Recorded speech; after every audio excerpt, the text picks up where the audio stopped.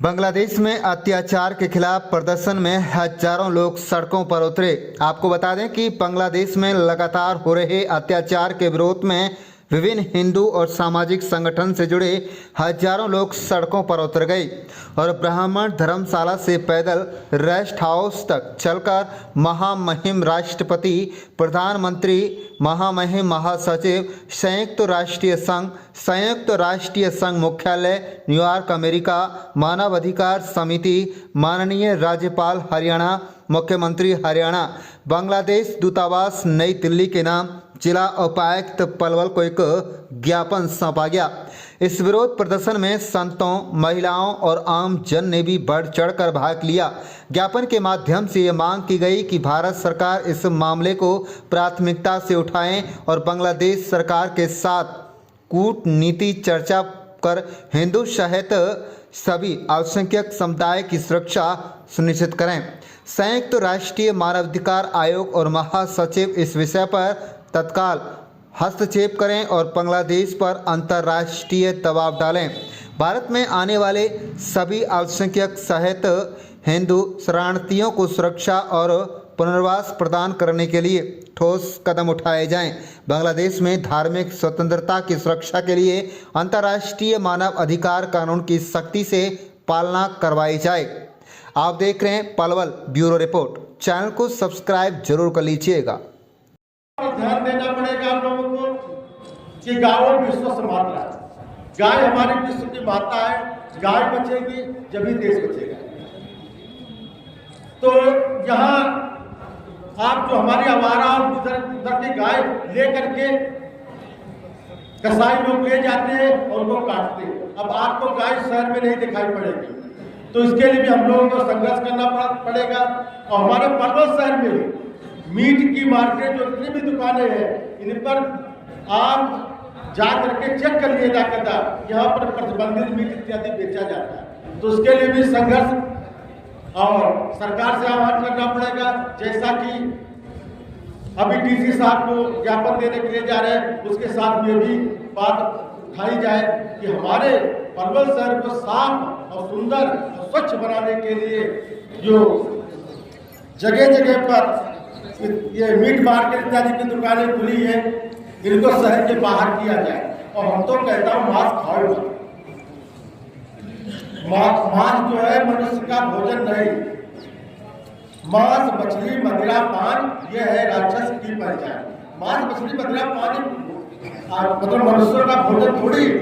तो इसके लिए भी आप लोग जागृत हो। और वैसे भी देश बहुत आगे बढ़ रहा है। राष्ट्र किसी के हाथ में सत्ता है। हमेशा धर्म के पथ पर चलते और वास्तव में अब भारत की तरवाई जाग चुकी है। और बांग्लादेश, पाकिस्तान कुछ नहीं। जिस दिन आप भारत की हमारी तरवाई और आप लोग सब जागृत हो जाओगे तो सीधे हमला कर दीजिए और वहाँ के हम तो जा करके हमला करिए। और हमारे वहाँ पर तो अल्पसंख्यक हिंदू भाई है, उनको लाइए। यहाँ वाले अपने वहाँ चले जाओ जो विभाजन हो चुका है। और हमारे पाकिस्तान और हमारे जो दूसरे देशों में हिंदू बसे हुए हमारे हिंदुस्तान में आ जाए। जो हमारे हिंदुओं के लिए और कोई जगह दुनिया और विश्व में नहीं है, केवल भारत ही है, हिंदुस्तान ही है। तो इसके लिए हमें, और भारत और बांग्लादेश कुछ भी नहीं, ये तो हमारी उनकी ढिलाई है। और हमारे जो शीर्ष सत्ता पर बैठे सरकारें हैं उसके लिए सब लग रही है और उनके लिए कोई सी शिकायत की बात नहीं है। और आने वाला समय ये देखना कि बांग्लादेश भी हमारा होगा और पाकिस्तान भी हमारा होगा। और जिस तरह से पूरा राष्ट्र जैसे पहले आज्ञा पूरा आज्ञापत पूरा विशाल एक हमारा भारत देश, उसी तरह से फिर दोबारा बढ़ेगा। और भारत की तरवाई जाग चुकी है। इसको आक्रमण करने का किसी की भी हिम्मत नहीं। जैसा कि आप लोग जानते हैं कि हमारे देश के अंदर ये जैसे संबल का मसला है, इसमें बांग्लादेश पाकिस्तान का ही ये यहाँ के नहीं है।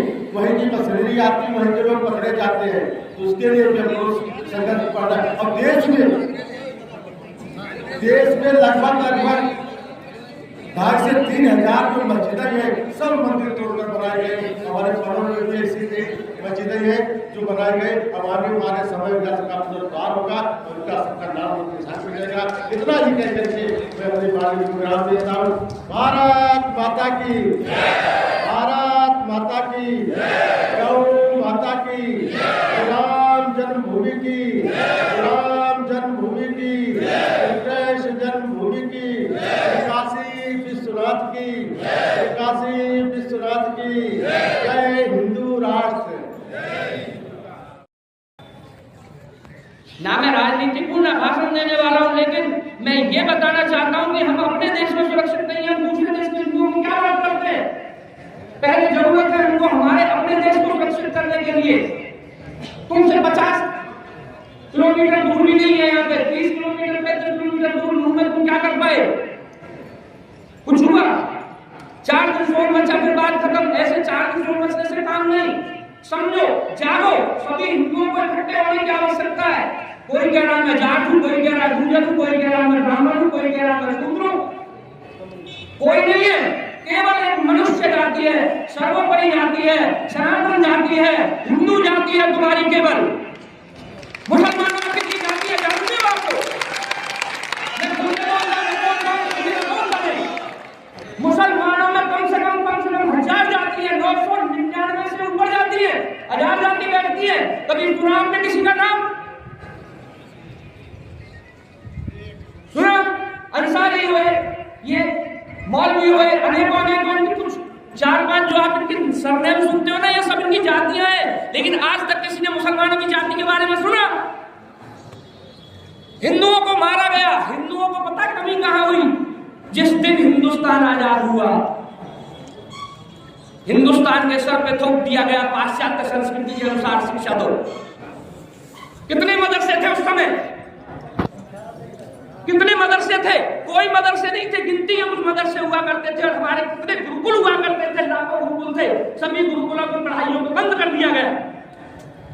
आज हमको यहाँ इकट्ठा होने की आवश्यकता नहीं होती यदि हमारे हिंदुओं के गुरुकुल नहीं मारे जाते, हमारे हिंदुओं के गुरुकुलों को बंद नहीं किया जाता। जरूरत है अपने हिंदुत्व को उठाना है, अपने गुरुकुलों को फिर से इकट्ठा करो। और गुरुकुल केवल पढ़ने वाले नहीं कि गुरुकुल में गए और पढ़ लिया हरिओम स्वस्तिनेन्द्रो वृद्धश्रवा, इसकी आवश्यकता नहीं। गुरुकुल कौन सा? शास्त्रेषु शस्त्रेषु च युद्ध पारा, जहां शास्त्र भी पढ़ाया जाता है और शस्त्र भी पढ़ाया जाता है, वो गुरुकुल होता था। राम 2 जगह गुरुकुल में नहीं गए कि कहीं वेद पढ़ने गए हो, कहीं धनुष विद्या सीखने गए हो। कृष्ण 2 जगह नहीं गए, उसी गुरुकुल से उन्होंने शास्त्र की विद्या प्राप्त की। उसी गुरुकुल से राम ने धनुष लिया, उसी गुरुकुल से भगवान श्री कृष्ण ने सुदर्शन लिया। जरूरत है तो उस गुरुकुल की है जिसमें तुम हर व्यक्ति क्षत्रिय है, हर व्यक्ति ब्राह्मण है, हर व्यक्ति वैश्य है और हर व्यक्ति शूद्र है। 4 ही जातियां हैं हमारी। और 4 जातियां भी 4 नहीं, 1 है। 4 जातियां भी केवल इसलिए 4 जाति कही जाती है कि वो 4 जगह अपने अपने कर्तव्य का पालन करे। इसलिए नहीं कि तुम बढ़ जाओ, मैं तो ब्राह्मण हूं जी, मेरा तो वेद पढ़ने का काम है। साधुओं का काम वेद पढ़ने का नहीं है। परशुराम भी साधु थे। जब जरूरत पड़ी है तो हिंदुओं ने अपना शस्त्र उठाया है, ब्राह्मणों ने क्या काम नहीं किया। बढ़िया वैश्य बैठ जाते हैं कि हमारा काम तो भरण पोषण का नहीं। जब लोग ही नहीं रहेंगे तो भरण पोषण किसका करोगे? बोले हमारा काम सेवा करना है। सेवा किसकी करोगे जब लोग नहीं रहेंगे? तो इकट्ठे हो जाओ, मूल मंत्र है इकट्ठे हो जाओ। जिस परिवार में 50 व्यक्ति रहते हैं, क्या उस परिवार की तरफ कोई आंख उठाए देखता है? यहाँ गांव के लोग भी है, शहर के लोग भी है, सब है। जिस परिवार में 50 लोग बैठे हो, जिस घर से 50 लोग निकलते हो, क्या गांव का कोई भी व्यक्ति उस घर की तरफ आंख उठा के देख सकता है? हमारे यहाँ लाखों को है, करोड़ों को है, लेकिन हम अकेले खड़े हैं। हमारे यहाँ करोड़ों, लेकिन हम अपने ही देश में, अपने ही घर में अकेले खड़े हैं। अकेले खड़े होने की आवश्यकता नहीं है। इकट्ठे हो जाओ, एक हो जाओ।